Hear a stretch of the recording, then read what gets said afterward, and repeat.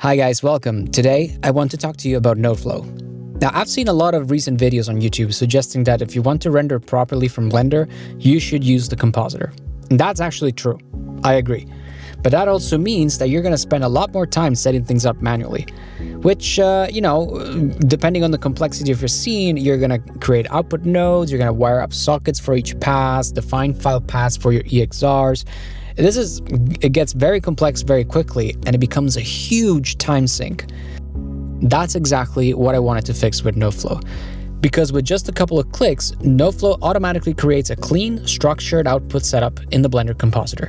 You just pick up your settings, hit Setup Compositor, and you're done. So when you open the UI, everything is clearly organized. At the top, you're going to see a breakdown of your .blend file name and current view layer. It's just a reference though.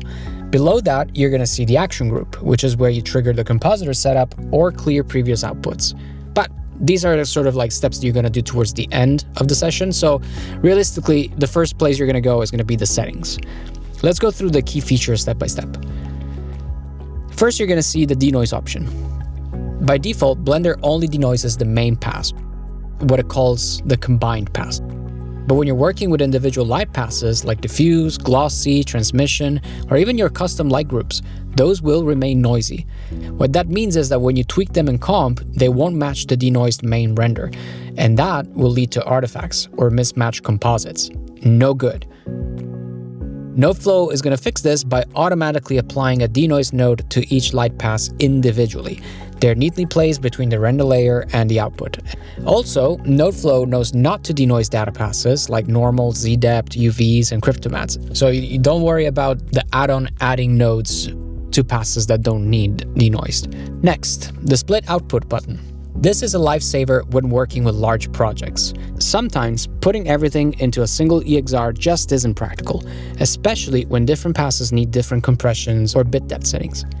For example, you might want DWAA compression and have float for your main light passes to keep things light, but you are going to need full float and zip for Cryptomattes or utility passes.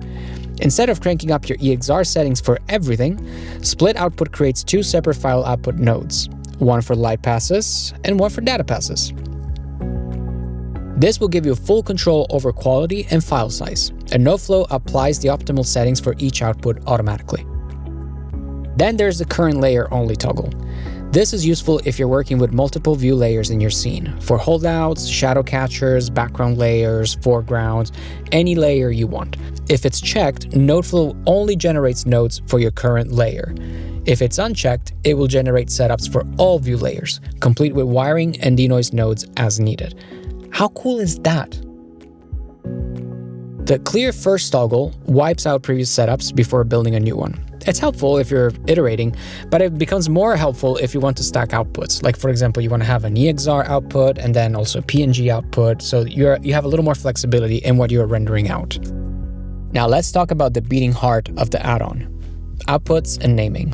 NodeFlow gives you two systems to define output paths. Let's talk about the simple output first.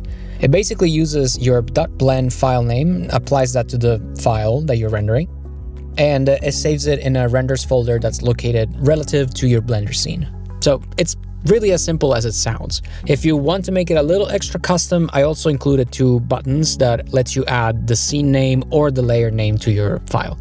But where things get really interesting is with the token system. The token system lets you dynamically build file names and folder structures using tokens like blend file, scene, layer, or custom tags. So for example, you could set something like blend file, scene, layer, and NodeFlow will automatically turn that into this.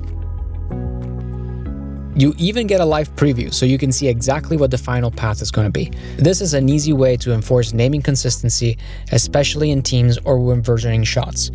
So now you can focus all your energies on creating art and not having to worry about how to name your file or even where to save it. It's all going to be done automatically for you as you version up your scenes. If you're compositing in Nuke, I also made sure that NodeFlow changes the name of the combined pass to rgba. So when you drop an EXR into Nuke, you're actually going to see the render as expected. I've just uploaded to my Gumroad a custom Nuke template that you can download for free. That works hand in hand with the EXR NodeFlow generates. When you load your renders into Nuke using this template, basically all of your passes are going to automatically split. They are going to be properly shuffled and rebuilt with the correct math. You basically are going to get a complete beauty reconstruction plus ColorCorrect and Grade node for each pass. So basically you can tweak diffuse, glossy, emission, or even volumes all separately. It's a plug and play setup, and it gives you full control over your renders and comp with zero extra prep. So that's NodeFlow. It automates your compositor setup, it adds denoise nodes intelligently, creates clean structured outputs, and gives you properly named Nuke-ready EXRs. And all of that with just a few clicks. I made this tool because I needed it, and now I cannot work without it. I really hope it will do the same for you. Thank you so much guys for watching. You can find the link to the add-on in the description down below. I look forward to seeing you guys in the next video. Until then, ciao for now.